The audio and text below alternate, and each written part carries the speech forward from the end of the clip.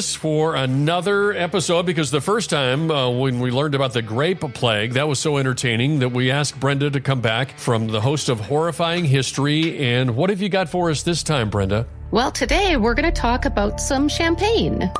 Dom Perignon is a name that's associated with celebration.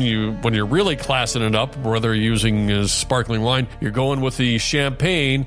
But what if I told you the story behind it is a little bit darker? Well, believe it or not, he was a 17th century Benedictine monk living in the Abbey of Auvilley. He was quiet and obsessive and surrounded by wine barrels in a cold stone cellar. Now, he didn't invent champagne, but he made it better.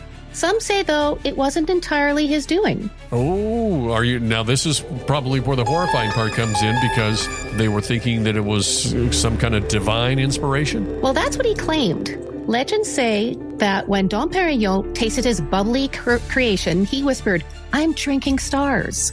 But the truth, he was trying to get rid of the bubbles. Whoa, and yeah, little did he know, that's where the magic is. So the man credited with inventing champagne hated the bubbles. He actually feared them.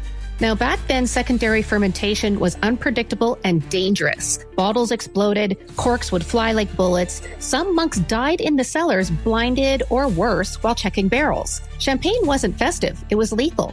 So the Abbey was basically a ticking time bomb? Yes, it was, and it earned the nickname the Devil's Cellar. Some monks believed that the bubbles were spirits trying to escape, that Dom Perignon was channeling something unnatural. There are accounts, unverified, of him locking himself in the cellar for days, scribbling in Latin.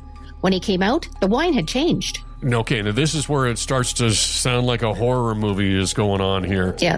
A silent monk whispering prayers to barrels, wine that formed on its own, sudden deaths. It kind of was. I can kind of picture him doing that, whispering prayers to the barrels as he's in his monk outfit. What about the black bottles? I've heard of something about them being used to, like in our previous story, they kind of put this elixir together to ward off the spirits. What were they doing with these black bottles? Well, dark glass wasn't just functional. It was considered spiritual protection. The monks believed light attracted entities that corrupted the wine. The darker the bottle, the safer the soul.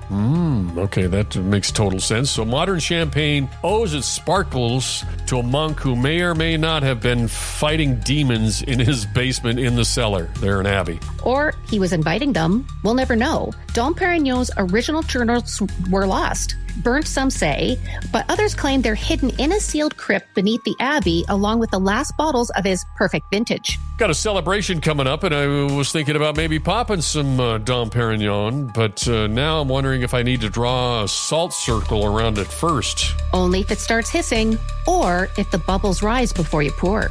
Thank you for haunting my glass, Brenda, and for the rest of you, cheers to Dom Perignon wherever he's still fermenting. Remember, drink slowly and listen closely.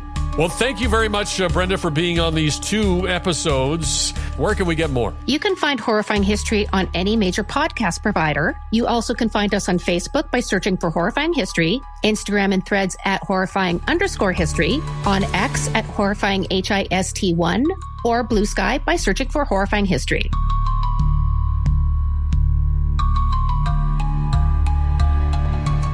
The best 5-minute one podcast.